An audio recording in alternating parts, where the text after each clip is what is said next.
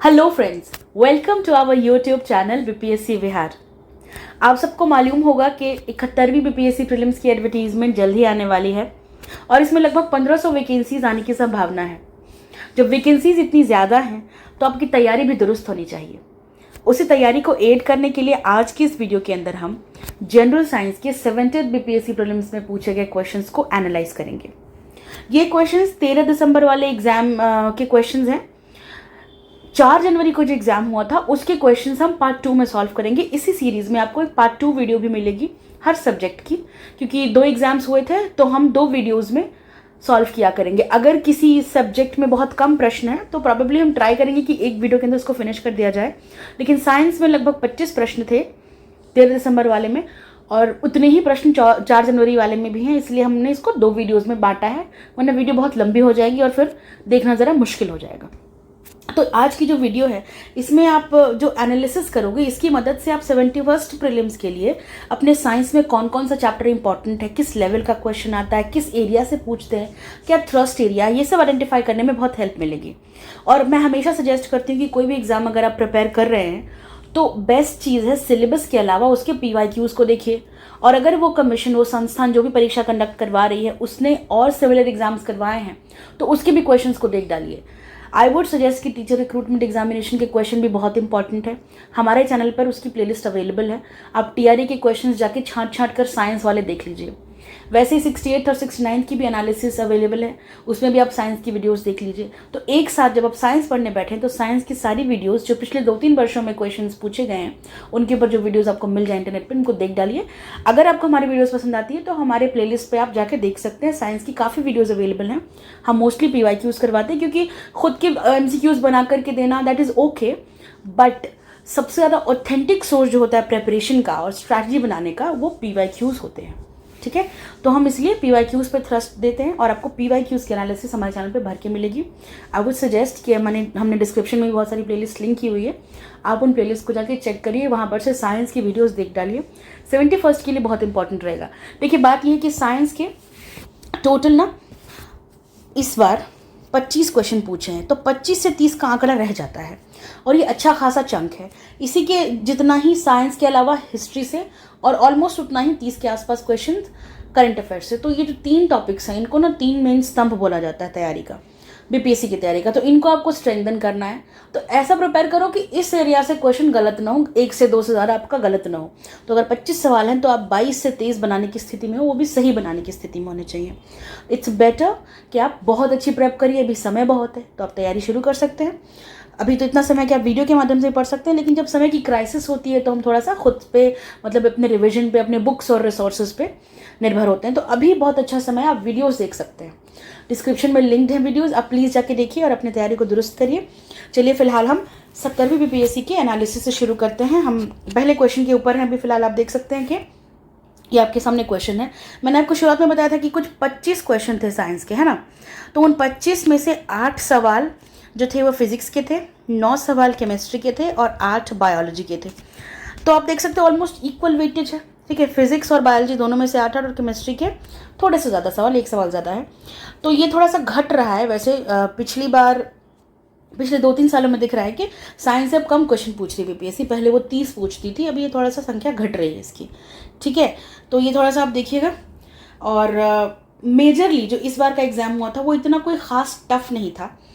तो अगर वो इजी है तो कौन से सोर्स से पढ़ के हो जाएगा, क्या लूसेंट ही काफ़ी है, ठीक है, क्या हमको NCERTs भी पढ़नी है। तो आज ये जब वीडियो आप देखिएगा तो आपको अंदाज़ा लग जाएगा कि ये क्वेश्चंस कहाँ से बन सकते हैं। तो चलिए शुरू करते हैं। देखिए जो पहला सवाल है हमारे पास, इसमें ये लिखा हुआ है कि which of the following is the resistance of wire. निम्नलिखित में से कौन सा दिए गए तार का प्रतिरोध है। तो ऑप्शंस आप देख रहे हैं, ठीक है, मैं इनको बोलूँगी नहीं because it will be more time taking, it is visible here.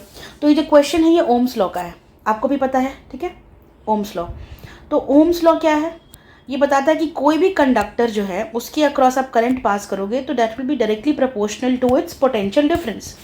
तो करंट हो गया ये और पोटेंशियल डिफरेंस हो गया ये, और रेजिस्टेंस जो है ना ये कांस्टेंट होता है हर एक कंडक्टर का। तो यहाँ पे एक वायर मान लिया गया है, ठीक है, इसका कितना रेजिस्टेंस है इसके लिए फॉर्मूला यहाँ पे ओम्स लॉ के थ्रू हम डिराइव किए हुए हैं, ऑलरेडी हमको फिजिक्स में मिला रहता है। उसी से ये रेजिस्टेंस का आप जो है ना कंक्लूड कर सकते हो। तो अगर आपको पता है कि V is equal to IR है, एक सेकेंड रुकिएगा, let me just change the colour. तो अगर आपको पता है कि ये ओम्स लॉ का फॉर्मूला है, तो रेजिस्टेंस कैसे आ जाएगा? सिंपल, V/I हो गया, है ना, पोटेंशियल डिफरेंस बाय करंट। तो ये काफ़ी आसान क्वेश्चन था। अगर आपको ओम्स लॉ पता था कि ये डायरेक्टली प्रोपोर्शनल होता है, ये ऐसा कुछ कंसेप्ट है, रेजिस्टेंस और करंट का जो रिलेशन है पोटेंशियल डिफरेंस से, वो इस तरह का है, तो आप ये क्वेश्चन आराम से बना सकते थे। काफ़ी बेसिक क्वेश्चन है। आगे बढ़ते हैं अगले क्वेश्चन की तरफ। विच of the following represents the suitable condition for liquefaction of gases? Options आप देख सकते हैं, low temperature, low pressure, low temperature, high temperature, low pressure, high temperature, high pressure.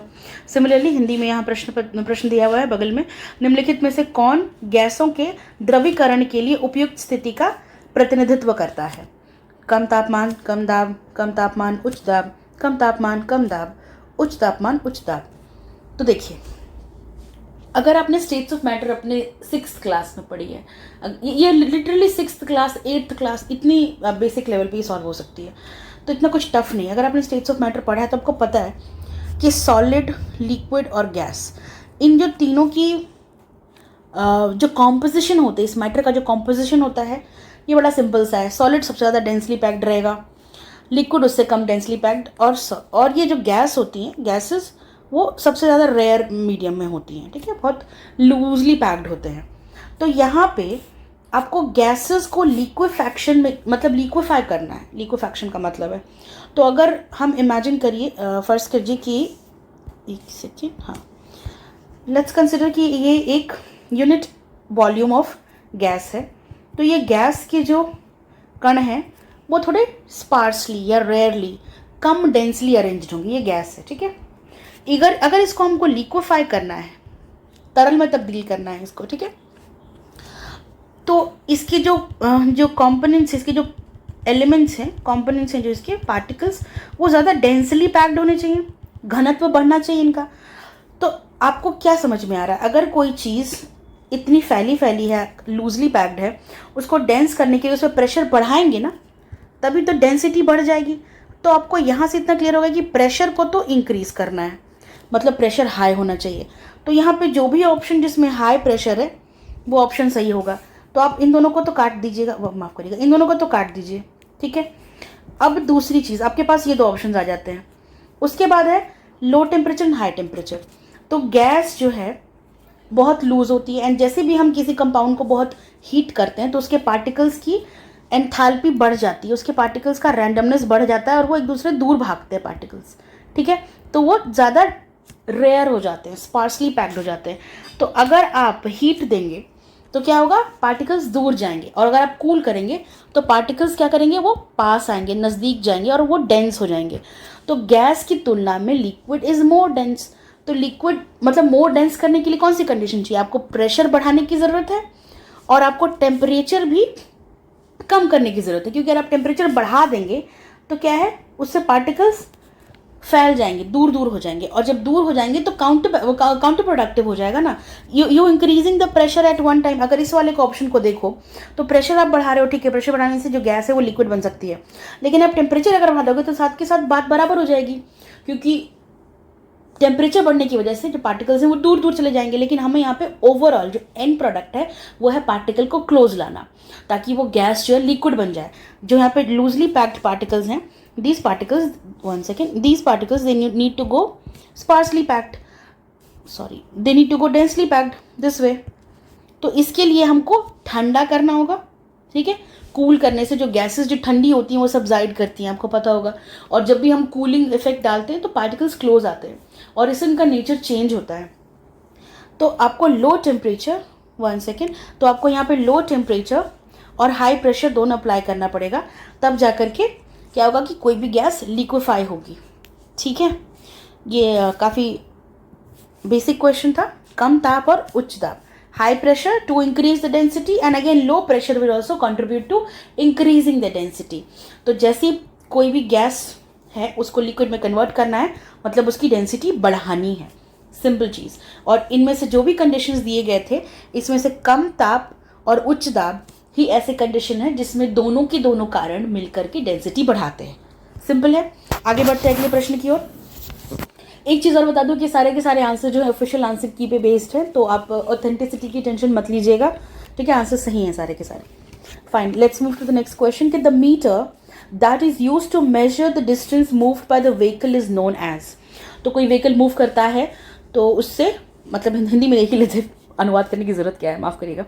किस मीटर का उपयोग वाहन द्वारा तय की गई दूरी को मापने के लिए किया जाता है? रिक्त स्थान दिया है के रूप में जाना जाता है। तो यहाँ पे स्पीडोमीटर है, एमीटर है, ऑफकोर्स इट्स ये लूसेंट के चैप्टर में, जो फिजिक्स का चैप्टर था उसमें लास्ट में ना एक टेबल बनी हुई है, यहाँ पे सब कुछ इसी तरह से कि कौन सा इंस्ट्रूमेंट किस चीज़ के लिए काम आता है, उस टेबल को एक बार देख लेना, कुछ खास नहीं है ये, आपको लेवल पता चल गया क्वेश्चन का, ठीक है। तो ओडोमीटर होता है, ठीक है। ये जो भी जनाब इन्होंने गलत किया हुआ क्वेश्चन। तो स्पीडोमीटर से क्या करते हैं आप, नाम से पता चल रहा है, स्पीड पता करते हैं, कोई वाहन की स्पीड कितनी है, ठीक है, स्पीडोमीटर से वो पता चलेगा। एमीटर ये करंट नापता है, ठीक है, इसका कोई भी लेना देना नहीं है यहाँ पे व्हीकल के मूवमेंट से। और क्रोनोमीटर जो है बहुत एक्यूरेट टाइम मेजर करने के काम आता है, when you need very high accuracy in time keeping. Mostly ना शिप्स में या नेवल में जो आपकी नेवल यूनिट्स वगैरह होती हैं, शिप्स बड़े होते हैं, उन सब में इसका इस्तेमाल किया जाता है, ठीक है। तो ये हो गया ये वाला क्वेश्चन। इसमें बाकी सारे ऑप्शंस भी हमने देख लिए साथ के साथ, ताकि अगर कल को कोई डाउट रहे कि मतलब और भी ऑप्शंस जो रहते हैं उनको भी डिस्कस कर लेना चाहिए, क्योंकि क्वेश्चन कई बार दूसरे ऑप्शन से बन जाते हैं, ठीक है। तो ओडोमीटर बहुत सिंपल सा क्वेश्चन था ये। 1 सेकेंड।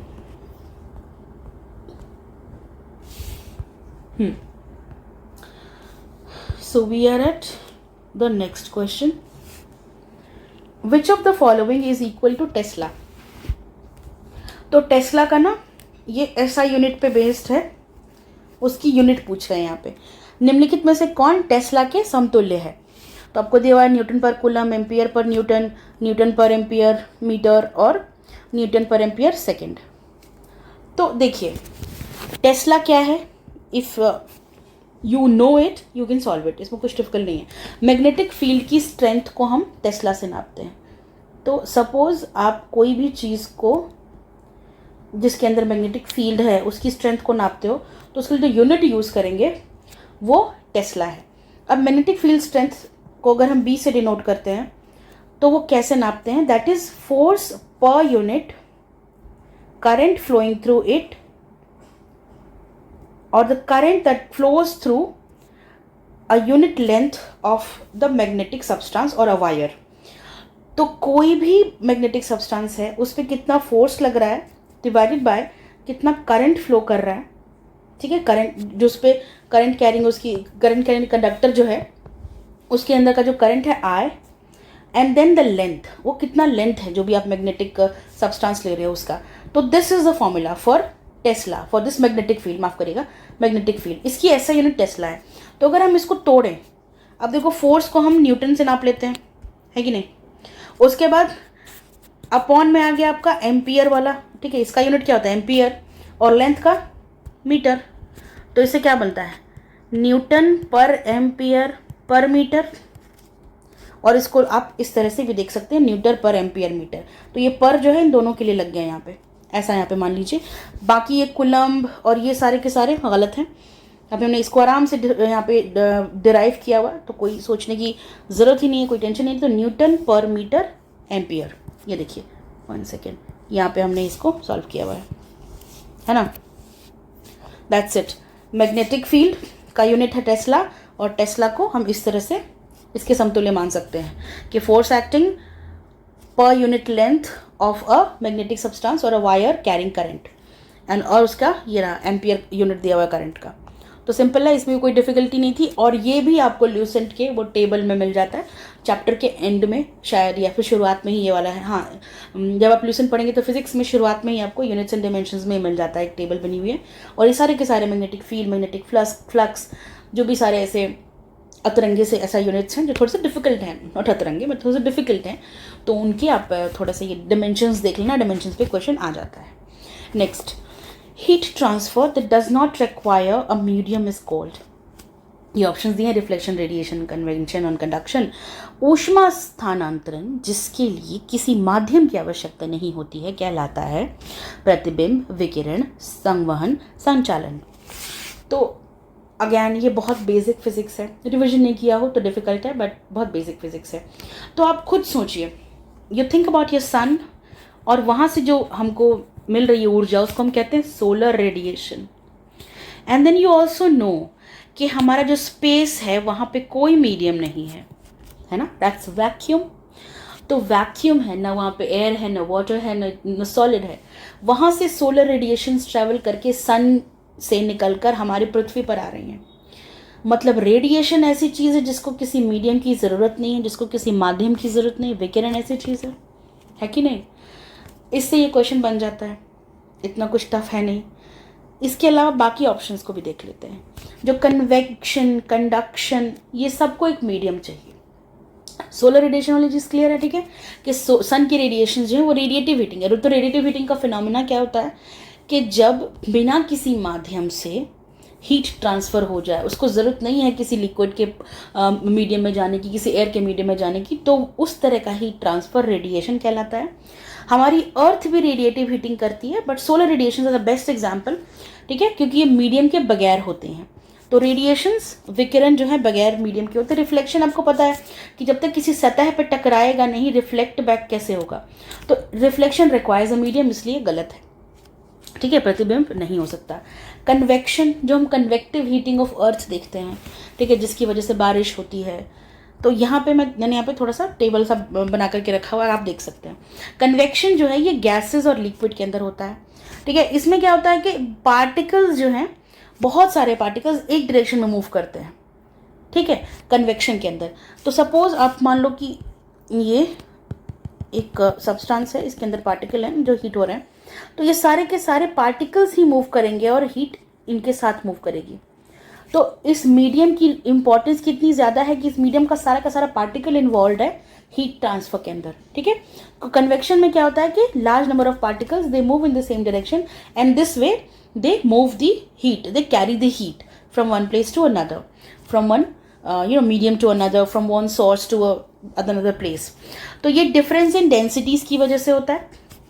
उसके बाद यहाँ पे कुछ और इसके सिम्टम्स दिए हैं। Cycle occurs while temperature differences exist. तो अगर मान लीजिए कि कोई एक बॉडी है, ये बहुत हॉट है, यहाँ पे आप कूल बॉडी लेकर के आ जाते हो, इसको सटा दीजिए इससे, तो यहाँ से हीट जो है ट्रांसफ़र हो जाएगा और इसको उसी लेवल तक हॉट करने की कोशिश करेगा ताकि एक बैलेंस मेंटेन हो जाए। तो इस तरह का जो हीटिंग है ये कन्वेक्टिव हीटिंग हो गया, ठीक है, वेरी बेसिक। अगर मान लीजिए कि ये सब बराबर हो गया टेम्परेचर, देन इट्स ओके, लेकिन किसी वजह से यहाँ पे टेम्परेचर कम हो गया, यहाँ पे टेम्परेचर हाई हो गया, तो फिर पार्टिकल्स सिर्फ मूव करना शुरू कर देंगे। They just try to maintain a balance, ठीक है। तो movement is to neutralise the effect overall. तो बस ये साइकिल कंटिन्यू करते रहता है जब तक यहाँ पे टेम्परेचर डिफरेंस एग्जिस्ट करे। तो जब पूरे के पूरे पार्टिकल्स जो है किसी मीडियम के इन्वॉल्व है हीट को कैरी करने के लिए, वो उस किस्म की हीटिंग को हम कन्वेक्टिव हीटिंग कहते हैं, कन्वेक्शन कहते हैं। कंडक्शन क्या होता है? डायरेक्ट कॉन्टैक्ट से। बेस्ट एग्जाम्पल, आप गर्म पतीली रखो चाय की या पानी की, उसको टच करो, आपके हाथ को जो गर्मी लगी वो कंडक्शन से लगी। जब डायरेक्ट कॉन्टैक्ट होता है दो मीडियम्स का, ठीक है, दैट्स इट। तो वार्मर ऑब्जेक्ट से कूलर ऑब्जेक्ट से एनर्जी का फ्लो हो रहा है और ये ऑब्जेक्ट के अंदर भी हो सकता है कंडक्शन, ठीक है। कैसे समझेंगे? जब पतीली रखते हो गैस के ऊपर तो शुरुआत में तो ऊपर का हिस्सा ऐसा टच कर सकते हो, लेकिन विथ टाइम आप क्या टच कर सकोगे? नहीं, नीचे से कंडक्ट होकर हीट ऊपर की तरफ भी आ गई। तो विद इन मीडियम ऑल्सो, जो स्टील की बर्तन है उसके अंदर भी, मान लो आपकी स्टील की वेजल है, आपने इसको फायर पे रख दिया है, तो शुरू में क्या आप यहाँ पे टच कर सकोगे, पर विथ टाइम 5 मिनट के बाद आप यहाँ भी नहीं और यहाँ भी नहीं, कहीं टच नहीं कर सकते, है कि नहीं, क्योंकि यहाँ से मूव होकर के हीट ऊपर तक आ गई है कंडक्शन के थ्रू, एंड आपके हाथ को भी लगेगी through conduction only. Cool. And then we move to this one, radiation. आपको पता है ये एक तरह का इलेक्ट्रोमैग्नेटिक वेव्स के थ्रू ट्रांसफर जो होता है, जैसे हमारी लाइट, हमारी हीट, ये जो है हमारी जो लाइट, सोलर लाइट है, इसके अंदर जो माइक्रोवेव्स हैं, इंफ्रा रेडिएशंस है, ये सारे के सारे रेडिएशंस के एग्जाम्पल हैं। और ये जो है मीडियम रिक्वायर नहीं करती हैं, ये एम्प्टी स्पेस में भी हो सकती हैं। एक चीज़ और है कि सारे ऑब्जेक्ट्स जो हैं वो किसी न किसी किस्म की एनर्जी को रेडिएट करते हैं। तो सपोज है ना, आपका टेम्परेचर अगर हाई है और अगर आप किसी कोल्ड एनवायरनमेंट में है तो आपकी बॉडी उस हीट को लूज करेगी, वो बैलेंस करना चाहेगी टेम्परेचर को, but not to a level के, मतलब हमारे फिर होम्योस्टैसिस आ जाता है। उतना डीप में नहीं जाएंगे वरना फिर हम भटक सकते हैं मेन टॉपिक से। So let's just keep it clear कि हमने ये 3 चीज़ें देख ली कि क्या है कंडक्शन, कन्वेक्शन, रेडिएशन, ठीक है। यहाँ पे क्या होता है कि पार्टिकल्स पार्टिसिपेट करते हैं, ठीक है, सारे के सारे पार्टिकल्स ही मूव कर रहे हैं, कन्वेक्टिव हीटिंग हो गया। एंड देन ये डायरेक्ट कॉन्टैक्ट से होता है, कंडक्शन जो है डायरेक्ट कॉन्टैक्ट से होता है। रेडिएशन आपको पता है इसको कोई मीडियम की ज़रूरत नहीं है, इलेक्ट्रोमैग्नेटिक वेव्स के थ्रू ये ट्रैवल करता है। Let's move to the other question, which part of alimentary canal receives bile from liver. तो लिवर से बाइल एलिमेंट्री कैनाल के किस हिस्से में आता है? आहार नाल का कौन सा भाग यकृत से पित्त प्राप्त करता है? ऑप्शंस यहाँ पे दिए हैं, ईसोफेगस, पेट, बड़ी आंत, छोटी आंत, ठीक है, स्टमक, ये सारे ऑप्शंस दे रखे हैं। फाइन, तो अभी देखते हैं, ये बहुत अगर आप एलिमेंट्री कैनाल थोड़ा बहुत जानते हैं, डाइजेस्टिव सिस्टम पढ़ा है, क्योंकि देखिए आपको लाइफ प्रोसेसेस, लाइफ सिस्टम पढ़ने हैं बायोलॉजी में, रेस्पिरेशन, डाइजेशन, सर्कुलेशन, ये सारे हिस्से बहुत इंपॉर्टेंट है, आप इनको तैयार करके जाएंगे, ठीक है। तो क्या होता है कि आपका जो लिवर है वो बाइल जूस बनाता है, और बाइल जूस बना करके वो उसको स्टोर करके रखता है गॉल ब्लैडर के अंदर। तो अगर मैं रफली डायग्राम बनाने की कोशिश करूँ, दिस इज़ द लिवर, तो इसके पास में छोटा सा ऑर्गन होता है गॉल ब्लैडर, इसमें ये सारा का सारा जूस स्टोर करता है, और यहाँ से एक बाइल डक्ट के थ्रू स्मॉल इंटेस्टाइन के अंदर, माफ करिएगा थोड़ा सा डायग्राम ख़राब बनेगा तो प्लीज़ बेयर विद इट, हाँ, इतने कम समय में और बनाना है। तो स्मॉल इंटेस्टाइन के अंदर सीधे आता है लिवर से बाइल जूस, तो लिवर में बना, गॉल ब्लैडर में स्टोर हुआ, ठीक है। और जो आपका जो स्मॉल इंटेस्टाइन है उसका कौन सा वाला हिस्सा, स्मॉल इंटेस्टाइन के 3 भाग हैं छोटी आंत के, ठीक है, इसको कहते हैं डुओडीनम, सबसे पहला वाला हिस्सा, then there is jejunum, and then there is ileum, ठीक है। 3 पार्ट्स में स्मॉल इंटेस्टाइन को बांट सकते हैं। सबसे ऊपर वाला हिस्सा जो डुओडीनम है, इसी में बाइल जूस आता है। और फिर बाइल जूस का क्या काम है, ऑब्जेक्टिव भी तो होगा ना, मतलब इसी तरह से थोड़ी ना लिवर बाइल जूस सेक्रीट कर करके भेज दे रही है। तो बाइल जूस जो है ये एल्कलाइन होता है, ठीक है, इसका नेचर एल्कलाइन होता है। तो आपको पता है कि पेट के अंदर एसिड होता है, हाइड्रोक्लोरिक एसिड बनता है, तो जो हम खाना खाते हैं वो खाना चाइम कहलाता है। जब वो मैस्टिकेट हो जाता है, जब वो चबा करके हम पेट में डाल देते हैं, पेट में चला जाता है, तो वहाँ पे जब उसके साथ उसके ऊपर डाइजेस्टिव एक्शन हो रहा है, तो साथ में हाइड्रोक्लोरिक एसिड मिक्सड है उस चाइम के अंदर, वो जो फूड है। तो स्टमक तो ठीक है, उसके पास एक लाइनिंग है जो उसको बचा लेती है, ठीक है, म्यूकस की लाइनिंग है स्टमक में, जो कि स्टमक के बॉल्स को इरोड होने से बचा लेती है एसिड के इफेक्ट से। लेकिन ये जो लाइनिंग है ये इंटेस्टाइन्स के अंदर नहीं है, तो इंटेस्टाइन्स जो है वो फंक्शन नहीं कर पाएंगे अगर उनको एसिडिक मीडियम मिलेगा। इसलिए स्मॉल इंटेस्टाइन में डायरेक्ट लिवर से एक जूस आता है, बाइल जूस, जो कि एल्कलाइन होता है, और वो जो भी एसिडिक चाइम आ रही है स्टमक से, उस चाइम को न्यूट्रलाइज करेगा। चाइम यहाँ पे या काइम भी बोल सकते हैं, मतलब है कि वो फूड जो हम चबा करके अपने पेट में डाल चुके हैं, ये उससे मैं चाइम का वो मतलब है, ठीक है। तो आप समझिए कि स्मॉल इंटेस्टाइन के अंदर बाइल जूस आएगा जो कि एल्कलाइन है। इसका मेन काम हो गया ये कि एसिडिक मीडियम को न्यूट्रलाइज करना। दूसरा काम फैट्स को इमल्सिफाई करना, ये फैट्स को तोड़ता है। तो फैट्स की जो इमल्सिफिकेशन है वो हमारे पेट में वो इंटेस्टाइन में शुरू होती है, ठीक है। फैट्स का इमल्सिफिकेशन इंटेस्टाइन में होता है। तो आप यहाँ पे देख लिए कि यहाँ पे आपको फैट के इमल्सिफिकेशन से रिलेटेड और न्यूट्रलाइजेशन से रिलेटेड रोल हो गया बाइल जूस का। तो क्या काम है पता चल गया, कौन सेक्रीट करता है, लिवर करता है, कहाँ स्टोर होता है, गॉल ब्लैडर में स्टोर होता है, कहाँ पे आता है, स्मॉल इंटेस्टाइन में सबसे पहले आता है, ठीक है, और उसके भी डुओडीनम वाले हिस्से में, छोटी आंत। तो इस प्रश्न का सही जवाब है ऑप्शन डी, छोटी आंत, ठीक है। आगे बढ़ते हैं अगले सवाल की तरफ। Which of the following, one second, which of the following is an iron ore? इस पे विवाद हुआ था, इस क्वेश्चन के ऊपर लोगों ने थोड़े चैलेंज किया था कि पायराइट भी इसका आंसर होगा। देखिए ऑप्शंस यहाँ पे, निम्नलिखित में से कौन सा लोहे का अयस्क है, ठीक है, बॉक्साइट, सिनेबार, पायराइट, लिमोनाइट, ये 4 ऑप्शंस दिए हुए हैं। तो जब हम मिनरल्स पढ़ते हैं तो आयरन की जब आप मेजर ओर पढ़िएगा ना, उसमें आपको बोलेगा magnetite, haematite. Magnetite best quality, 72% से ऊपर इसमें आयरन मिल जाता है, ये ऐसा ओर है, ठीक है। उसके बाद हेमेटाइट, इसमें 50 से 70% के बीच में आपको आयरन मिल जाता है, 50 to 70%। Then you go to the rest, the limonite and siderite, limonite and siderite. तो ये जो 4 मेजर ओर्स हैं, लिमोनाइट के अंदर भी कुछ 60 के आसपास 40 से 60% रहता है, और सिडराइट में 40 to 50% आपको आयरन मिल जाता है। तो जिससे ज़्यादा आयरन मिलेगा वो आयरन और होगा। वैसे बेस्ट आयरन और मैग्नेटाइट है, ठीक है। फिर हेमेटाइट देन लिमोनाइट। तो यहाँ गिवन ऑप्शंस में लिमोनाइट एक ऐसा और है जिसमें 40 से 60% के आसपास आपको दिख रहा है कि आयरन कंटेंट है। तो ऑप्शन है सही जवाब एज पर बीपीएससी लिमोनाइट। और कुछ लोग चैलेंज कर रहे थे कि पायराइट भी होगा। देखिए, पायराइट के अंदर 46% इसका मतलब कुछ कॉन्सेंट्रेशन निकल सकता है आयरन का। तो लिमोनाइट से बहुत ज़्यादा डिफरेंस नहीं है, लिमोनाइट में भी 40 से 60% ही निकलता है, पायराइट से 46% के आसपास आयरन निकल सकता है। लेकिन पायराइट जो है इसकी फिजिबिलिटी कम रहती है, इससे अगर आप और एक्सट्रैक्ट करो तो इसको प्रेफर नहीं करते हैं। तो ये कन्वेंशनल ओर नहीं है आयरन का, ऑल्दो इस्तेमाल कर सकते हैं, आयरन निकाल सकते हैं इसे, बट मोस्टली पायराइट का इस्तेमाल दूसरे और मेटल्स को, मिनरल्स को निकालने के लिए किया जाता है, not exactly for large scale production of iron. Although pyrite does contain iron, but BPSC ने सही जवाब माना है लिमोनाइट को। जो 4 मेजर ओर्स हैं उनमें से limonite is one of the, आप देख सकते हैं मैग्नेटाइट, हेमेटाइट, लिमोनाइट, सिडराइट, इनमें से पायराइट नहीं मेंशन्ड है। तो ये जो 4 प्राइमरी ओर्स हैं आपको मैंने यहाँ पे मेंशन कर दिया, बता दिया, और सही जवाब according to BPSC is limonite. Fine.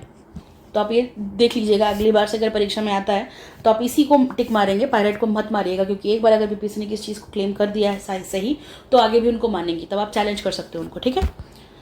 आगे बढ़ते हैं अगले सवाल की तरफ कि who was the first person to propose a model for structure of an atom. परमाणु की संरचना के लिए एक मॉडल प्रस्तावित करने वाले पहले व्यक्ति कौन थे। ऑप्शन देख सकते हैं, Rutherford, E Goldstein, J Thomson and Niels Bohr. तो सबसे पहला जो मॉडल दिया था वो जे थॉमसन का था, ठीक है। और जे थॉमसन का जो मॉडल था ये काफ़ी बेसिक, उन्होंने कहा था क्या कि, रुकिए मैं कुछ अलग कलर का इस्तेमाल करूँगा, कि एटम जो है सर्कुलर है, इसमें नेगेटिव और पॉजिटिव इस तरह से चार्ज हैं, मतलब कुछ पॉजिटिव चार्ज है कुछ नेगेटिव चार्ज है, इस तरह का उन्होंने स्ट्रक्चर दिया था। ये ओवरऑल न्यूट्रल होता है और इसके अंदर mixture of positive negative charge है।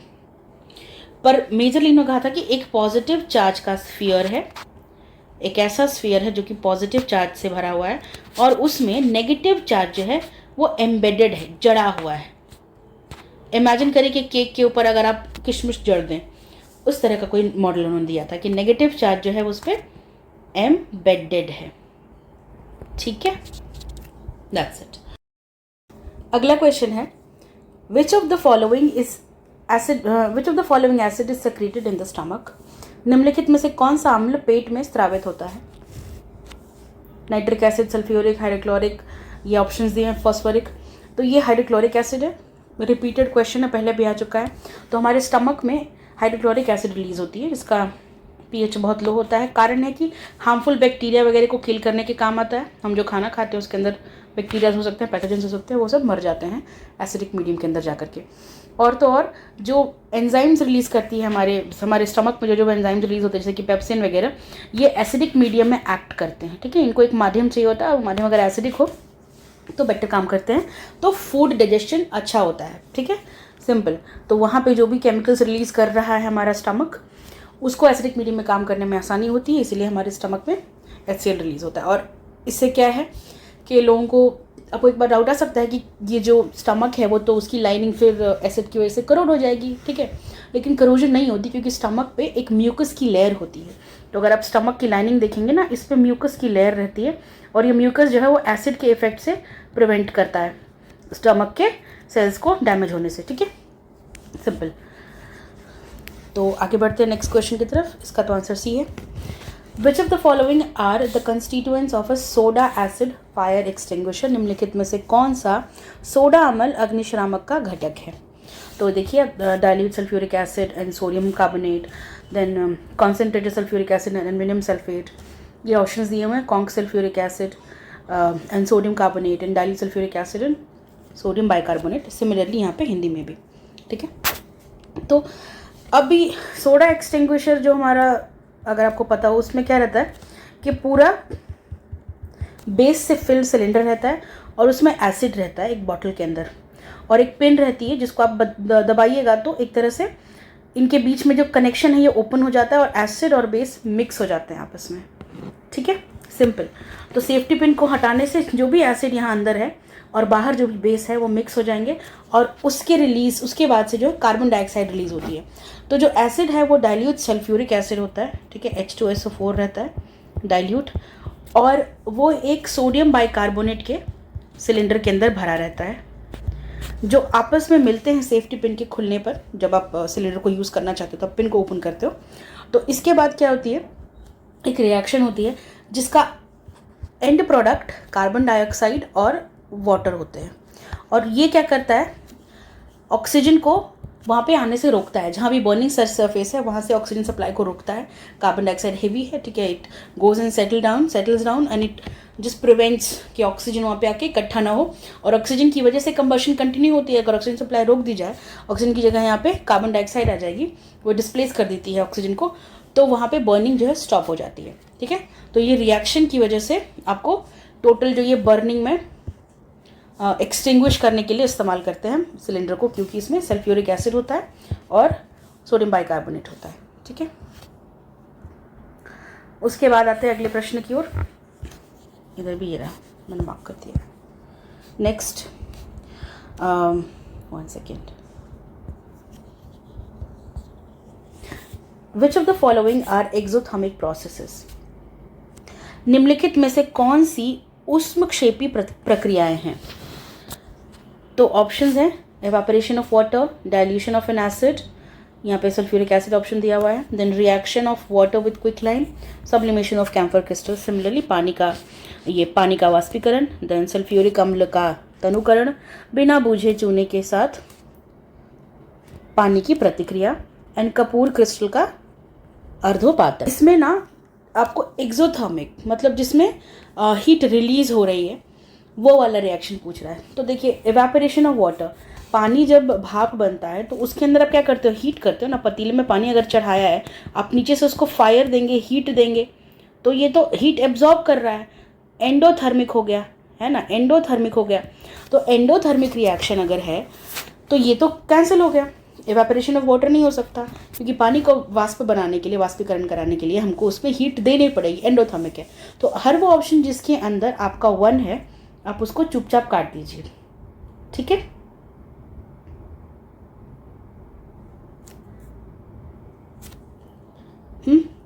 And now we are left with this 2। ठीक, यहाँ पे आप नेक्स्ट देखिए, डाइल्यूशन ऑफ एन एसिड। मान लीजिए कि सल्फ्यूरिक एसिड यहाँ पे उन्होंने ऑप्शन दिया हुआ है, डाइल्यूट करना है इसको। तो आपको पता है कि बताया जाता है कि डायरेक्टली आप क्या करो कि पानी के अंदर एसिड मत पोर करना, क्योंकि फिर बहुत तेज़ हीट रिलीज होगी और वो करोड कर सकता है आपके बॉडी को, आपके फेस को। तो इतना ज़्यादा इसमें हीट रिलीज होती है, इतना ज़्यादा एक्सोथर्मिक रिएक्शन होता है ये। ठीक है, तो जब भी हम एसिड को वो डाइल्यूट कर रहे होते हैं, ठीक है, आप इसमें एसिड डाल रहे हो, तो जब आप एसिड को डाइल्यूट कर रहे हो, वो प्रोसेस जो है दैट इज़ एक्सोथर्मिक, बहुत ज़्यादा हीट रिलीज होती है। ठीक है, लार्ज मात्रा में, बहुत ज़्यादा मात्रा में। फिर reaction of water with quicklime. तो अगर आपने पुराने ज़माने में घरों की जो पुताई होती थी वो चूना से होती थी, तो अगर आपने विटनेस किया हो, अगर आप इतने खुशनसीब हैं कि आपने देखा हो वो सब पुराने ज़माने की पुताई, तो उसमें आपको पता होगा कि बहुत तेज़ बुलबुला उठता है बाल्टी के अंदर जब मिक्स करते हैं वो क्विकलाइम को। ठीक है, पानी के साथ जब आप उसको मिक्स करते हो तो फिर वो एक सोल्यूशन बनता है, जिस सोल्यूशन को यूज़ करते हैं पोतने के लिए, पूरे घर को पेंट करने के लिए यूज़ करते हैं। तो वो वाला जो प्रोसेस है जिसमें आप ये कैल्शियम ऑक्साइड और वाटर का रिएक्शन होता है, कुछ इस तरह का होता है। मैं यहाँ पे एक रिएक्शन बता के दिखा देती हूँ, बना के, आपको थोड़ा सा आइडिया आ जाएगा अगर आप भूल गए तो। कैल्शियम ऑक्साइड रहता है आपका, और उसको आप पानी के साथ मिक्स करते हो, तो रिज़ल्ट क्या रहता है कि वहाँ पे आपको बबल्स मिलेंगे, टेम्परेचर राइज आपको दिख जाएगा, और कैल्शियम हाइड्रोक्साइड बन जाती है, साथ में बहुत तेज़ हीट रिलीज होती है। ठीक है, इसको हम स्लेकेट लाइम कहते हैं, ये जो हमको मिल गया है। ठीक है, स्लेकेट लाइम कहते हैं इसको। तो ये एक तरह का एक्सोथर्मिक रिएक्शन है। ठीक है, और आपको डिफरेंस पता होना चाहिए कि एंडोथर्मिक और एक्सोथर्मिक में क्या होता है। फिर नेक्स्ट ये जो अपना सब्लिमेशन है, sublimation is again endothermic reaction, इसमें भी हीट एब्जॉर्ब हो रही है। सब्लिमेशन क्या है कि सॉलिड से कोई चीज़ सीधे गैस बन जाए। ठीक है, तो इस प्रोसेस में ये क्या हो रहा है, हीट एब्जॉर्ब करके अपना स्टेट ऑफ मैटर जो है चेंज कर लेता है कैम्फर क्रिस्टल। तो जो कपूर है उसको आप खुले में छोड़ दीजिएगा तो देखिएगा कि वो उड़ जाएगा, गैस बन के उड़ जाएगा। तो सराउंडिंग से, सब्लिमेशन में हीट एनर्जी सराउंडिंग से एब्जॉर्ब की जाती है और उस एब्जॉर्प्शन की वजह से स्टेट ऑफ मैटर चेंज हो जाता है, वो गैस में तब्दील हो जाता है। तो अगेन ये एक तरह का एंडोथर्मिक रिएक्शन है। तो अगर आपको क्लियर था कि स्लेकेट लाइम वाला रिएक्शन जो ये क्विक लाइम में आप पानी मिलाते हो स्लेकेट लाइम बनाने के लिए, तो ये एक्सोथर्मिक है, तो आप ये क्वेश्चन सही कर लेते क्योंकि एक ही ऑप्शन है यहाँ पे जिसमें वो नहीं है, 1 नहीं और 3 है। ऐसे भी, और अब एसिड वाला भी बहुत इजी है कि आप एसिड में अगर पानी मिलाते हैं, डाइल्यूट करते हैं उसको, तो हीट रिलीज होती है। ठीक है, तो इन दोनों कारणों से क्या होता है कि ये वाला पॉइंट गलत, ये गलत, तो we have 2 and 3 as correct. तो ये option A will be right here. Next, Dalton's atomic theory successfully explained. Dalton के परमाणु सिद्धांत की सफलतापूर्वक व्याख्या उन्होंने क्या क्या एक्सप्लेन किया? Law of conservation of mass, law of constant composition, law of radio activity, law of multiple proportion. तो यहाँ पे हिंदी में देख लेते हैं। द्रव्यमान संरक्षण का नियम, स्थिर संघटन का नियम, रेडियो और धार्मिकता का नियम और बहु अनुपात का नियम। तो ये जो रेडियो एक्टिविटी है, थोड़ा सा आपको वियर्ड लग भी रहा होगा कि मतलब एटॉमिक थ्योरी है और डाल्टन की एटॉमिक थ्योरी बहुत बेसिक, ठीक है, initial, one of the first, ठीक है, एटम के बारे में कि सबसे छोटा हिस्सा जो होता है किसी भी चीज़ का जिसको आप तोड़ नहीं सकते हो वो एक एटम होता है, डाल्टन ने दिया था ये। तो उनकी जो थ्योरी है उसमें उन्होंने रेडियो एक्टिविटी के बारे में बात नहीं की है। तो आप अगर रेडियो एक्टिविटी को एलिमिनेट कर देते हैं, ऑप्शन 3 को एलिमिनेट कर देते हैं, तो you can easily eliminate all of this options and this comes out to be the correct answer. Because Dalton's atomic theory ने ये बताया था कि मास कंजर्व रहता है एटम का, ठीक है, और एटम जो है हमेशा कांस्टेंट कॉम्पोजिशन में ही वो अलग अलग कंपाउंड्स बनाता है और वो जो कॉम्पोजिशन होती है वो अलग अलग प्रपोर्शन में मिलकर के अलग अलग कंपाउंड बनाती है। तो जो कैल्शियम का एटम है, जो कार्बन का एटम है, उसका जो स्ट्रक्चर है, फंडामेंटल स्ट्रक्चर है, वो चेंज नहीं होता है।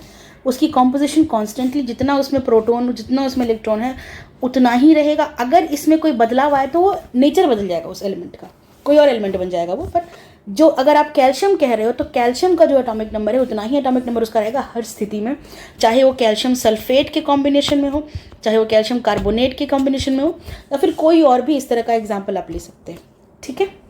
और मल्टीपल प्रोपोर्शन में ये एलिमेंट्स जो हैं ये कंबाइन करके अलग अलग कंपाउंड्स बनाते हैं। तो इसका ऑप्शन जो है ये वाला और ये 3, ठीक है, मास, कांस्टेंट कॉम्पोजिशन और मल्टीपल प्रोपोर्शन सही है। इसके अलावा रेडियो वाला जो रेडियो एक्टिविटी वाला है ये गलत स्टेटमेंट है। तो इस बेसिस पे डाल्टन एटॉमिक थ्योरी वाली बात प्रूव हो गई। यहाँ पे थ्योरी दी हुई, आप इसको पढ़ सकते हैं एक बार कि मास कंजर्वेशन और डेफिनेट प्रोपोर्शन कैसे उन्होंने बताया हुआ था। आगे बढ़ते हैं। Which of the following radiation is used to get relief from body aches.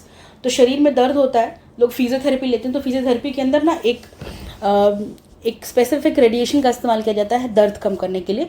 तो यहाँ पे हिंदी में पढ़ लेते एक बार प्रश्न को कि निम्नलिखित में से कौन सी विकिरण शरीर के दर्द से राहत पाने के लिए उपयोग की जाती है। तो ये इंफ्रारेड विकिरण है कि यूवी है कि दृश्य विकिरण है कि इनमें से कोई नहीं, ठीक है, यूवी है या विजिबल रे है कि कोई नहीं। तो देखिए इंफ्रारेड जो है रेडिएशंस का इस्तेमाल किया जाता है।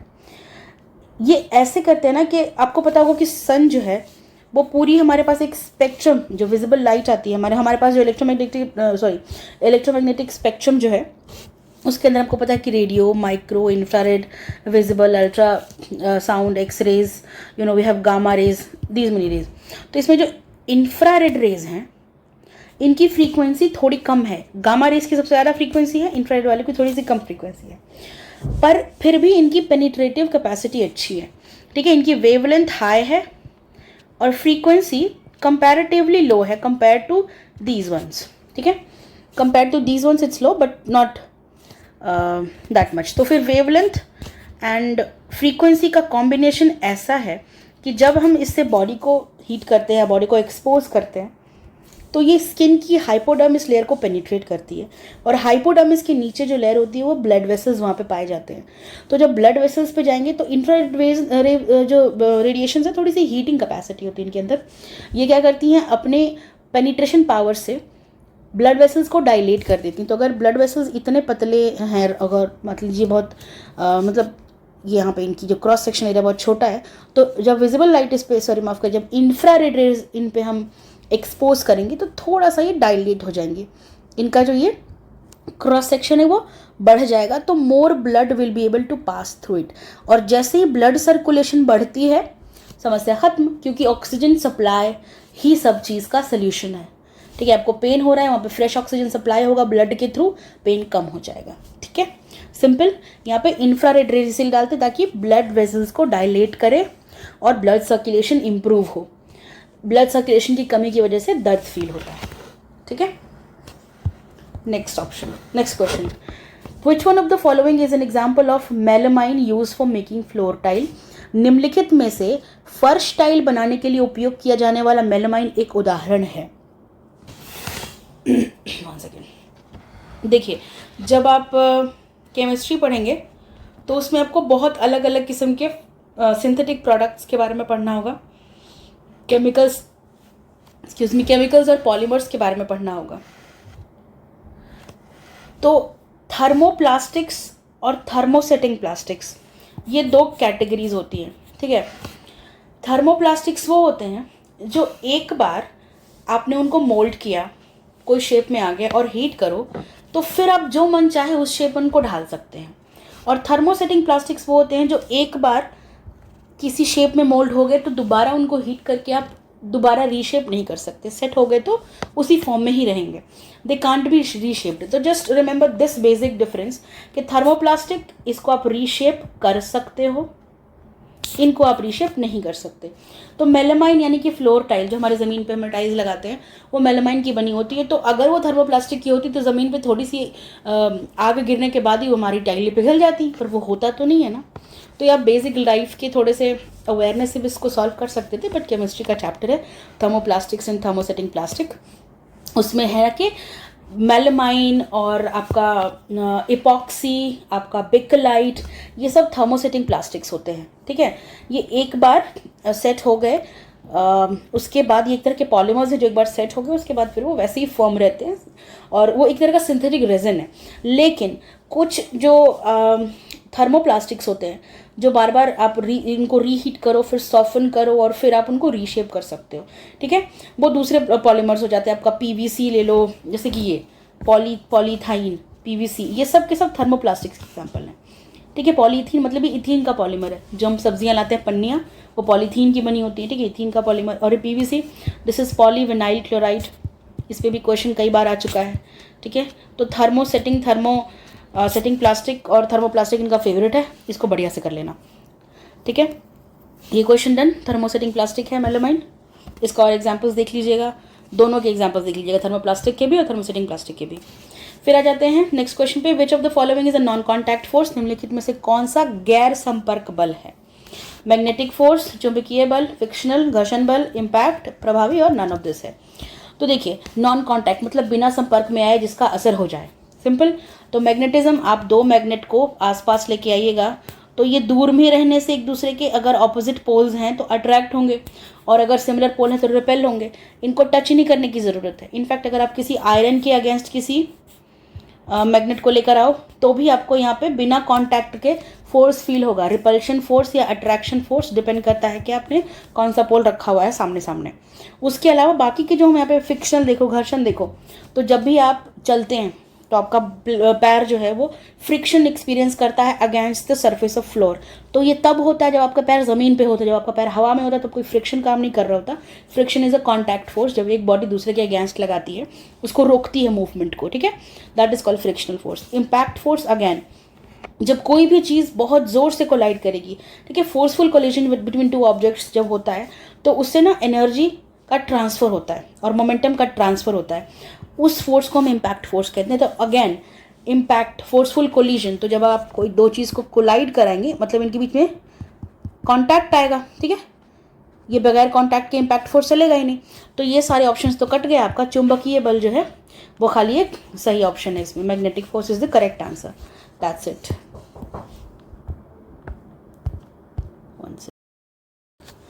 अगले क्वेश्चन की तरफ चलते हैं। Which of the following pairs will give displacement reaction, निम्नलिखित में से कौन सा जोड़ा विस्थापन प्रतिक्रिया देगा। तो आपको कॉम्बिनेशन दिख रहे हैं, NaCl है, उसके साथ कॉपर मेटल, फिर सिल्वर नाइट्रेट के साथ कॉपर मेटल, मैग्नीशियम क्लोराइड के साथ एल्यूमिनियम मेटल और आयरन सल्फेट के साथ सिल्वर मेटल। तो इस तरह से इधर भी सेम ऑप्शंस हैं। देखिए, डिस्प्लेस तब होगा जब एक कोई ज़्यादा रिएक्टिव मेटल या एलिमेंट आ जाएगा किसी कंपाउंड के बीच में। तो यहाँ पर आपको ध्यान से देखना है कि जो भी कंपाउंड्स के कॉम्बिनेशन दे रखे हैं, ये कंपाउंड है, ठीक है, ये बना हुआ है और ये मेटल्स हैं फ्री स्टेट में। तो यहाँ पे नोटिस करिए कि sodium, copper, silver, copper, magnesium, aluminium, iron, silver, इनमें से जिनकी भी रिएक्टिविटी इनके एडजेसेंट वाले से ज़्यादा है उसको रिप्लेस कर देगा। तो आप रिएक्टिविटी सीरीज़ पढ़े होंगे, ल्यूसेंट में भी दी हुई है और एनसीईआरटी में मिल जाती है। ये देखिए रिएक्टिविटी सीरीज़ है, सबसे ज़्यादा रिएक्टिव पोटेशियम है, उसके बाद ये घटते क्रम में रिएक्टिविटी है।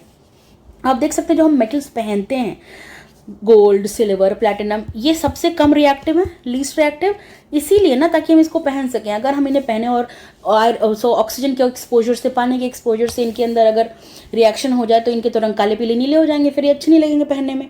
इसीलिए हमने पसंद किया है पहनने के लिए जो ऑर्नामेंटल मेटल्स हैं वो इसीलिए बहुत लो रिएक्टिव वाले हैं, close to noble but not noble, ठीक है, इनकी रिएक्टिविटी बहुत कम होती है। तो इसके ऊपर हम आते जाएंगे तो यहाँ पे रिएक्टिविटी बढ़ती जा रही है, आप देख सकते हो। इसी सीरीज़ को अगर आपको थोड़ा बहुत भी ध्यान होता कि जो अपना सिल्वर है, अपना जो सिल्वर है, गोल्ड है, ये सब लो रिएक्टिविटी वाले हैं और इनको हटाना आसान है। जो हाई रिएक्टिविटी वाले हैं ये सोडियम, पोटेशियम, एल्यूमिनियम, मैग्नीशियम में हाई रिएक्टिविटी वाले हैं। If you had remembered this, आप ये सवाल आसानी से कर सकते थे। देखिए कैसे। अब यहाँ पर sodium high reactive, magnesium good reactivity, iron इसकी भी रिएक्टिविटी अच्छी है। दिस इज सिल्वर, सिल्वर की रिएक्टिविटी यहाँ देख सकते हैं आप, ये है ना कितना नीचे है, और बाकी ये आयरन, मैग्नीशियम, एल्यूमिनियम ये सब ऊपर हैं। अब इस सिल्वर को कॉपर के साथ अगर हम रिएक्ट करेंगे, copper which is highly reactive, तो इसको रिप्लेस कर देगा। तो यहाँ पे डिस्प्लेसमेंट रिएक्शन हो जाएगी इस केस में। को सिल्वर नाइट्रेट ही जो है वो रिप्लेस हो सकता है out of all the given option buy copper, ठीक है, this is the correct answer. थोड़ा सा रिएक्टिविटी सीरीज देख लेना, इसका स्क्रीनशॉट ले लो चाहो तो, late me just clean this for you. और ल्यूसेंट में बना हुआ है, एनसीईआरटी के अंदर मिल जाएगा आपको, वो भी बना हुआ है। थोड़ा सा सामने चाहे तो बना के चिपका लेना, एग्जाम के पहले देखते रहना, इस तरह से क्वेश्चन बन सकता है। कई बार अरेंज करने के लिए भी पूछ लेते हैं, ठीक है, हाई से लो रिएक्टिविटी में अरेंज कर दो, तो ज़्यादा कुछ ऐसा तो क्वेश्चन नहीं निकलता इससे, ठीक है। आगे बढ़ते हैं। The process of breaking down organic matter by micro organisms is called, सूक्ष्म जीवों द्वारा कार्बनिक पदार्थों को तोड़ने की प्रक्रिया कहलाती है प्रकाश संश्लेषण, श्वसन, किण्वन, अपघटन। ओके फाइन, थोड़ा सा this is photosynthesis, this is respiration, fermentation and decomposition. तो ये भी क्वेश्चन ज़्यादा टफ कैटेगरी में नहीं है। डेफिनेशंस पता हैं तो पता होगा फोटोसिंथेसिस क्या प्लांट्स करते हैं, तो इसमें कोई डेड ऑर्गेनिक मैटर को तो ये लोग ब्रेक डाउन नहीं करते। रेस्पिरेशन में भी ऑर्गेनिक मैटर माइक्रो ऑर्गेनिजम्स नहीं ब्रेक करते। फर्मेंटेशन भी ऐसा नहीं होता, डिकम्पोजिशन में होता है, ठीक है। अपघटन में होता है कि डेड ऑर्गेनिक मैटर को मोस्टली डिकम्पोजिशन क्या होता है, बैक्टीरिया और फंगाई के द्वारा होता है कि ये लोग किसी भी ऑर्गेनिक मैटर को डिकम्पोज करते हैं, उसको छोटे छोटे पार्ट्स में तोड़ते हैं, सिंपलर उसके ऑर्गेनिक या इनऑर्गेनिक कंपोनेंट्स में उसको तोड़ देते हैं। तो अगर आप मान लीजिए किसी जानवर की डेड बॉडी है तो उसके ऊपर बैक्टीरिया फंगाई एक्ट करेगा, और हाइड्रोकार्बन का बना हुआ है एक ऑर्गेनिज्म, तो उसकी अंदर जो नाइट्रोजन, हाइड्रोजन, कार्बन, ऑक्सीजन, इसके अलग अलग पदार्थ इसके कॉम्बिनेशन से बना करके वो सिंपल कंपाउंड्स को रिलीज कर देता है, इसके ऊपर एक्ट करता है जो भी ऑर्गेनिक मैटर है उसके ऊपर। फोटोसिंथेसिस के अंदर ऐसा कुछ नहीं होता, आपको पता है फोटोसिंथेसिस के अंदर sunlight absorption and food making, उसका कोई लेना देना नहीं। रेस्पिरेशन में अगेन आप क्या कर रहे हैं, श्वसन में आप सांस से ले रहे हैं और जो आपकी एनर्जी है ATP उसका इस्तेमाल होता है, तो ब्रेक डाउन ऑफ ATP होता है टू प्रोवाइड यू एनर्जी, ठीक है, रेस्पिरेशन के अंदर। बट यहाँ पे कोई माइक्रो ऑर्गेनिज्म मैटर को ब्रेक डाउन नहीं कर रही है, ये हमारे सेल्यूलर लेवल पे हो रहा है रेस्पिरेशन, बट यहाँ पे माइक्रो ऑर्गेनिज्म का ब्रेकिंग डाउन नहीं हो रहा। फर्मेंटेशन क्या यीस्ट और बैक्टीरिया करते हैं, इसके अंदर ये एक तरह का कंट्रोल्ड प्रोसेस होता है जिसमें आप क्या कहते हो, कार्बोहाइड्रेट्स वगैरह लेते हैं और उसको आप ईस्ट और बैक्टीरिया के साथ रख देते हो कुछ टाइम के लिए एनारोबिक कंडीशंस के अंदर, और उसमें से मनचाहे पदार्थ आप निकाल सकते हैं, अल्कोहल वगैरह रिलीज होता है एंड प्रोडक्ट के तौर पे। तो फर्मेंटेशन भी नहीं है, इसका सही डेफिनेशन जो है, जो ऊपर दिया गया है, उसका डेफिनेशन हो गया डिकम्पोजिशन। ठीक है, next, which of the following bacterial disease that is which of the following bacterial disease that is called as splenic fever? Syntax भी सही नहीं है क्वेश्चंस का, कैसे फ्रेम करती है क्वेश्चन बीपीएससी। निम्नलिखित में से किस जीवाणु बीमारी को प्लीजा ज्वर कहा जाता है? तो स्प्लीनिक फीवर, देखिए टाइफॉइड, एंथ्रैक्स और कॉलेरा। ठीक है, ये ऑप्शंस दे रखे हैं। तो स्प्लीनिक फीवर नाम से लग रहा है जो स्प्लीन को अफेक्ट करे। ठीक है, तो टाइफॉइड और कॉलेरा ये दोनों ना गट की बीमारियां हैं, इंटेस्टाइन्स, स्टमक, उसमें दिक्कत होता है, लूज मोशंस आते हैं, डायरिया हो जाता है, ये सब रहता है। तो this has very little to do with spleen, ऐसा कुछ नहीं। लेकिन एंथ्रैक्स एक तरह की जूनोटिक डिजीज़ है, जानवरों की बीमारी है, जो कि इंसानों को भी लग जाती है, एक्सपोजर अगर आपका है उन जानवरों से जो कि एंथ्रैक्स कैरी कर रहे हैं तो, या फिर आप किसी ऐसे मृत जानवर के डेड बॉडी के पास आ चुके हैं जो एंथ्रैक्स नाम की एक बीमारी से पीड़ित था। ये बैसिलस एंथ्रेसिस करके एक बैक्टीरिया होता है, उसके वजह से होती है एंथ्रैक्स बीमारी। ठीक है, बैक्टीरियल डिसीज है ये, बैसिलस एंथ्रेसिस की वजह से। तो एंथ्रैक्स जब हमारे बॉडी में आता है तो स्प्लीन को अफेक्ट करता है। स्प्लीन का क्या काम है कि वो ब्लड को प्योरीफाई करेगा। जो भी डेड ब्लड सेल्स हैं उनके लिए ग्रेवयार्ड है एक तरह से, सारा का सारा डेड ब्लड सेल्स स्प्लीन में इकट्ठा होता है और वो स्प्लीन क्लियर करती है हमारे खून को, फिल्टर करता है खून को, एक तरह से लिम्फेटिक सिस्टम का पार्ट है। ठीक है, और सिंपल चीज़, इसमें कुछ ऐसा मुश्किल नहीं है। आपके बॉडी के अंदर जो स्प्लीन है, एक बहुत इंपॉर्टेंट ऑर्गन, वो इतने ज़्यादा इफेक्ट होता है कि फीवर आपको आता है और स्प्लीन काम करना बंद कर देती है, फिर वो ब्लड के अंदर प्रॉब्लम्स आ जाएंगी और it is fatal also sometimes. कभी ज़्यादा सिचुएशन बुरी हो तो मृत्यु भी हो सकती है इस बीमारी के कारण, और ये अब ह्यूमंस को भी होने लगी है। और स्प्लीनिक फीवर जब होता है उसको स्प्लेनोमेगैली भी बोलते हैं। मे बी आगे जाके पूछ सकते हैं कि स्प्लेनोमेगैली किस बीमारी में होती है। तो जब एनलार्जमेंट ऑफ स्प्लीन हो जाए, स्प्लीन बहुत बड़ी हो जाती है, तो उसके अंदर उसकी वजह से आपको दिक्कत आती है, आपका स्प्लीन काम करना बंद करता है, बॉडी में इश्यूज आती है, लिम्फेटिक सिस्टम अफेक्ट हो जाता है और स्प्लीन इतनी एनलार्ज हो जाती है, इन्फ्लेमेशन इतना हो जाता है कि वो डैमेज हो सकती है लंबे समय के लिए। ठीक है, तो स्प्लीनिक फीवर एंथ्रैक्स को कहते हैं, जूनोटिक डिसीज है ये। उसके बाद next question, which of the following is the first artificially prepared element? निम्नलिखित में से प्रथम कृत्रिमीय तैयार किया गया तत्व है। तो ये आपको ऑप्शंस दिए हुए हैं। This is technetium, TC, this is tellurium, this is thallium and this is thorium. ठीक है, तो टेक्नेटियम जो है ये करेक्ट आंसर है, क्योंकि ये सबसे पहले बना था, 1937 में बनाया गया ये आर्टिफिशियली प्रिपेयर्ड एलिमेंट है, और इसको कार्लो पेरेयर नाम के एक साइंटिस्ट ने प्रिपेयर किया था। चाहिए तो आप लिख लीजिए, मे बी आगे पूछ सकते हैं वो इसी पे फॉरवर्ड करके क्वेश्चन। इनके साथ साथ एक और थे, उनका नाम था एमिलो सेगर। ठीक है, इन्होंने टेक्नेटियम को बनाया था, और टेक्नेटियम का एटॉमिक नंबर 43 है, मास नंबर 98 है। इतना इंपॉर्टेंट नहीं, आप देख सकते हो। बाकी ये जो है, ये सारे के सारे, तो अगर आपको पीरियोडिक टेबल थोड़ी आइडिया थी, मतलब आइडिया था, तो पता होता कि ये तीनों ही सिंथेटिक हैं ही नहीं। थोरियम भी नहीं है, थैलियम भी नहीं है, टेल्यूरियम भी नहीं है। तो this could have been done with elimination also. थोड़ा सा कंफ्यूज हो जाते हैं लोग, थोरियम, थैलियम और ये आपका टेल्यूरियम। इसका एटॉमिक नंबर हो गया 52, इसका हो गया 81, इसका हो गया 90। ये सारे के सारे नेचुरल हैं। This one only is artificially and this is also the first artificially prepared element. ठीक है, सिंपल। उसके आगे जाते हैं। अगला सवाल है कि which of the following is the value of solar constant? निम्नलिखित में से कौन सी वैल्यू सोलर स्थिरांक का मान है? ऑप्शंस दिए हुए हैं, किलोवाट पर मीटर स्क्वायर में 1.486 एक्सेट्रा।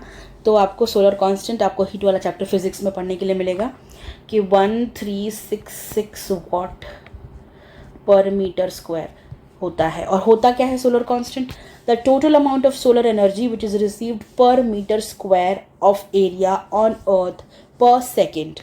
एक सेकेंड के अंदर, एक क्षण में, एक मोमेंट में कितनी सोलर एनर्जी धरती के 1 मीटर स्क्वायर एरिया के अंदर आती है ये आपका सोलर कांस्टेंट है। तो कुछ इतनी यानी कि 1.36 किलोवाट पर मीटर स्क्वायर आती है। इसको हम राउंड करेंगे तो 1.4 के पास आता है। 1.36 किलोवाट पर मीटर स्क्वायर किसके बराबर आएगा? 1.4 के। तो सोलर कांस्टेंट क्या है अपना? ये 1.4। That's it, option A is correct.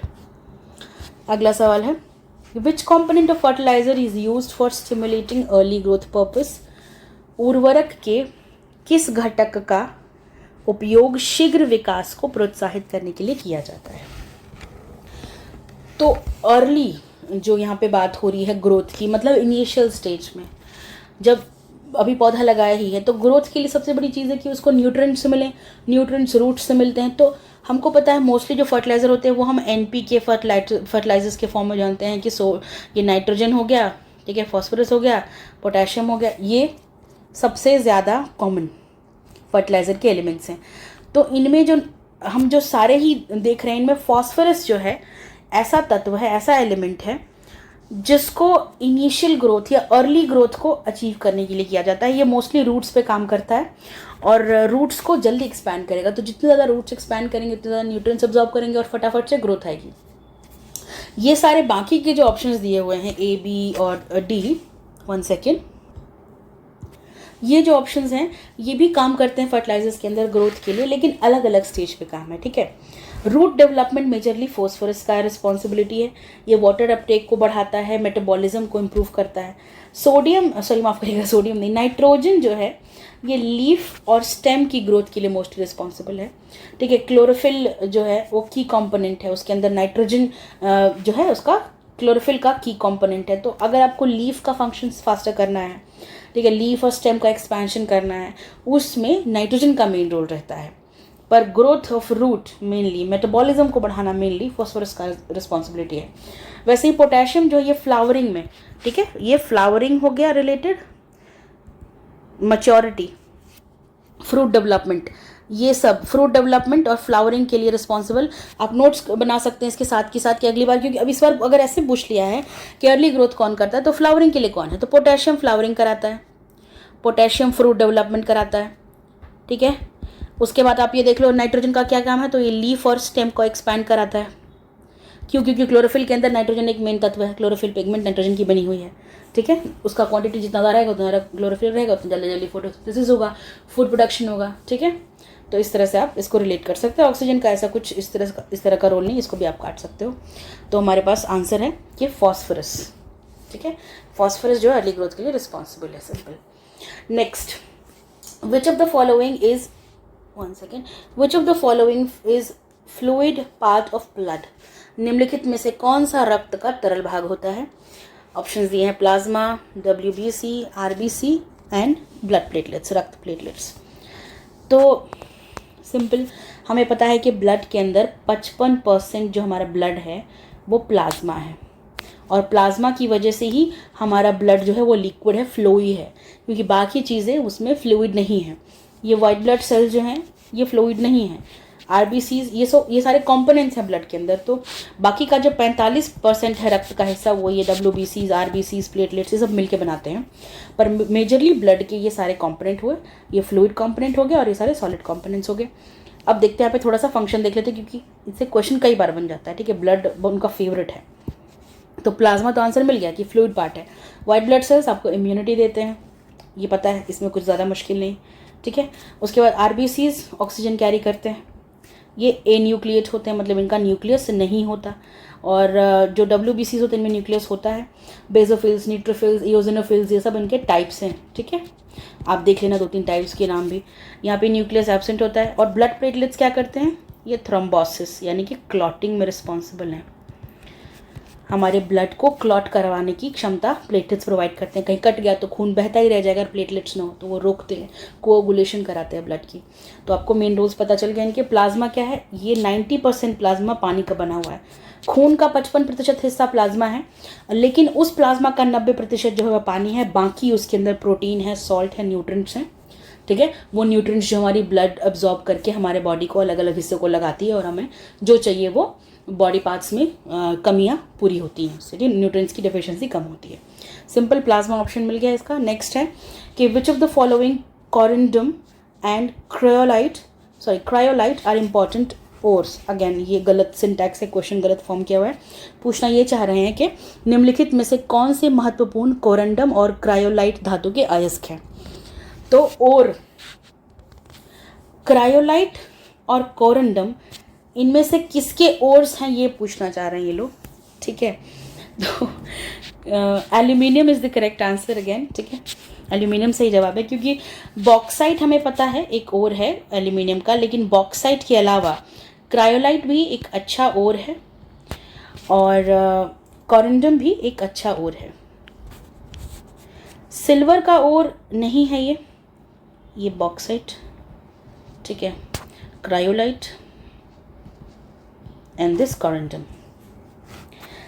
अब सिल्वर का जो ओर है मोस्टली वो आर्जेंटाइट होता है, हॉर्न सिल्वर, पायराक्राइट, ये सारे। आयरन की ओर हमने एक क्वेश्चन में देखा है मैग्नेटाइट, हेमेटाइट, ठीक है, लिमोनाइट, सिडराइट, ये सारे ओर होते हैं। टिन का जो ओर है उसको हम कहते हैं कैसेटराइट, ठीक है। कैसेटराइट एक ऑक्साइड ओर होता है। तो ये जो दोनों ऑप्शन दिए हुए हैं क्रायोलाइट और कोरंडम, ये एल्यूमिनियम की ओर से करेक्ट आंसर मिल गया आपको। अब हम बढ़ते हैं अगले प्रश्न की ओर। विच ऑफ द फॉलोइंग क्या सिंटैक्स है भाई क्वेश्चन का, समझ नहीं आ रहा। विच of the following the chlorophyll in photosynthesis is used for. Hindi वाला अनुवाद पढ़ेंगे तो वो बेटर रहेगा, क्योंकि इनका किस तरह का ट्रांसलेशन होता है भगवान ही जाने। निम्नलिखित में से किसके लिए प्रकाश संश्लेषण में क्लोरोफिल का उपयोग किया जाता है, मतलब chlorophyll is used for what purpose in photosynthesis, वो ये पूछना चाह रहे हैं, ठीक है। तो पानी के अणु को तोड़ना, कार्बन डाइऑक्साइड की कमी, प्रकाश को अवशोषित करना एंड कोई कार्य नहीं है। Breaking down water molecules, reduction of carbon dioxide, absorption of light. तो हम सबको पता है कि हमारा अगर ये लीफ है तो लीफ के अंदर स्टोमेटा होता है। स्टोमेटा के अंदर क्या रहता है, इसके पोर्स ओपन क्लोज होते हैं। तो ये जो ओपन क्लोज हो रहे हैं ये क्लोरोफिल की वजह से हो रहे हैं, क्लोरोफिल पिगमेंट की वजह से हो रहे हैं। क्लोरोफिल क्या करता है, मतलब क्योंकि यूज़ है ना क्लोरोफिल में, फोटोसिंथेसिस क्लोरोफिल के अंदर होती है, और वो जो पिगमेंट है क्लोरोफिल उसके अंदर लाइट एब्जॉर्प्शन कैपेसिटी है, ठीक है। क्लोरोफिल एक तरह का क्या है, पिगमेंट है, हरे रंग का पिगमेंट है। तो ये ना ब्लू और रेड लाइट इसको एब्जॉर्ब करता है और रिफ्लेक्ट करता है ग्रीन लाइट को, इसी की वजह से ये ग्रीन दिखता है। ये आपको याद रखना चाहिए, क्योंकि आगे पूछ सकते हैं कि कौन से लाइट को क्लोरोफिल रिफ्लेक्ट करता है। तो it reflects green while it absorbs blue and red light. तो ये पिगमेंट जो है ये रिस्पॉन्सिबल है एब्जॉर्प्शन ऑफ सनलाइट के लिए। क्यों, क्योंकि जब सनलाइट एब्जॉर्ब करेगा तभी तो फोटोसिंथेसिस आगे बढ़ेगी, और वो जो एब्जॉर्ब्ड सनलाइट है उसका इस्तेमाल हमारा बाकी फूड प्रोडक्शन में होता है। उसके साथ आप कार्बन डाइऑक्साइड को यूज़ करते हो, पानी को यूज़ करते हो, और देन फूड इज़ प्रिपेयर्ड, ठीक है, जो प्लांट्स का फूड है वो बनता है। तो सिंपल है, अलग अलग लाइट के वेवलेंथ को क्लोरोफिल्स एब्जॉर्ब करते हैं। क्लोरोफिल इसीलिए होते हैं, chlorophylls are there to absorb the light. बाकी जो breaking down of water molecule है, ये जो स्टेप्स हैं ये भी होते हैं हमारे प्लांट के लीव्स के अंदर ही, लेकिन जो वाटर मॉलिक्यूल टूट रहा है या फिर रिडक्शन ऑफ कार्बन डाइऑक्साइड, ये सारे के सारे क्लोरोप्लास्ट के अंदर होते हैं, ठीक है। क्लोरोप्लास्ट सेल का एक हिस्सा है जिसके अंदर ये सारा काम होता है, पानी के मॉलिक्यूल का टूटना, कार्बन डाइऑक्साइड का रिड्यूस होना, और क्लोरोप्लास्ट को इसी वजह से किचन ऑफ द सेल भी कहते हैं। तो ऑप्शन आपको पता चल गया कि absorption of light is the correct answer, chlorophyll का ये काम है। आखिरी प्रश्न फ्रेंड्स कि what is the structural and functional unit of life, जीवन की संरचनात्मक एवं कार्यात्मक इकाई क्या है। ऑप्शंस आपके ऑर्गन, सेल, ऑर्गेनिज्म, टिश्यू, अंग, कोशिका, जीव, ऊतक। वेरी बेसिक है ना। The fundamental unit of life, functional unit of structure and functional unit, this is cell, कोशिका, ठीक है। हम बहुत सारे सेल्स से बने हुए हैं, तो सेल सबसे छोटा स्टेट, और बहुत सारे सेल्स के कॉम्बिनेशन से, तो दिस इज द फर्स्ट, और बहुत सारे सेल्स के कॉम्बिनेशन से बनते हैं टिश्यूज़, बहुत सारे टिश्यूज़ की कॉम्बिनेशन से बनते हैं ऑर्गन्स, और बहुत सारे ऑर्गन्स के कॉम्बिनेशन से बनता है ऑर्गेनिज्म। तो हम इसको अरेंज भी कर सकते हैं 1 2 3 4 इस तरह से। और यहाँ पर आप देख सकते हैं दिस इज अ सेल, ठीक है, this is a cell, this is the fundamental unit of life. आपको पता होना चाहिए कि इसको फंडामेंटल यूनिट क्यों बोलते हैं, क्योंकि जीवन के जितने प्रोसेसेस हैं, all life processes, they are performed at cellular level. Respiration वो सेलुलर लेवल पे होती है, प्रोटीन सिंथेसिस वो सेलुलर लेवल पे होती है, वेस्ट रिमूवल वो सेलुलर लेवल पे होती है, डाइजेशन, एब्जॉर्प्शन सब सेलुलर लेवल पे होता है। तो एंडोप्लाज्मिक रेटिकुलम आप देख रहे होगे यहाँ पे बना हुआ होगा रफ और स्मूथ एंडोप्लाज्मिक रेटिकुलम्स, यहाँ पर प्रोटीन सिंथेसिस होता है। फिर लाइसोसोम के अंदर अपना वेस्ट रिमूवल होगा, ये ना सुसाइड बैग्स कहलाते हैं। एंड बहुत सारा, जैसे कि माइटोकॉन्ड्रिया रेस्पिरेशन के लिए रिस्पॉन्सिबल है, एटीपी स्टोर करता है, एनर्जी स्टोर करता है। तो ये सारे के सारे पार्ट्स आपको यहाँ पे हर जगह जो भी जीवन के प्रोसेस हैं वो सेलुलर लेवल पे काम कर रहे हैं, इसीलिए ये स्ट्रक्चरल, फंडामेंटल और फंक्शनल यूनिट ऑफ लाइफ है। आप थोड़ा सा ये डायग्राम देख लेना, इसके पार्ट्स के ऊपर क्वेश्चन बन सकता है आगे जा करके। तो इस तरह से हम इस वीडियो के अंत पे आ चुके हैं। ठीक है, अगर आपको वीडियो पसंद आई हो तो प्लीज़ लाइक करिएगा, शेयर करिए, सब्सक्राइब करिए। कुछ और अगर आपको चाहिए रिलेटेड टू बीपीएससी एग्जाम्स, आप कमेंट में बताइए। मैं उन सब्जेक्ट के ऊपर, उन टॉपिक्स के ऊपर काम करना चाहूँगी। अगर आपको वीडियो पसंद आई हो तो कमेंट में बताइएगा। कोई कमी लगी हो, कोई सजेशन हो तो भी कमेंट में बताइएगा।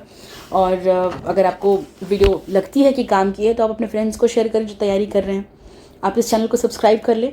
डिस्क्रिप्शन में मैं प्लेलिस्ट लिंक कर दूंगी, उन प्लेलिस्ट को ज़रूर चेक करिए। उनमें सब्जेक्ट वाइज हमने वीडियोस बनाई हुई हैं पास्ट ईयर क्वेश्चंस की एनालिसिस की, आप उनको ज़रूर देखिएगा, इससे बहुत फ़ायदा मिलेगा। साथ के साथ आप नोट्स बनाते भी चलिएगा। तो मैं बता रही हूँ, अगर आपने वीडियोस देखकर नोट्स बना लिए हर सब्जेक्ट के, आपके लिए वो मोर देन हेल्पफुल हो जाएगी for 71st BPSC prelims. So I look forward to your cooperation and keep working hard. Wish you all the best for exam. Thank you so much.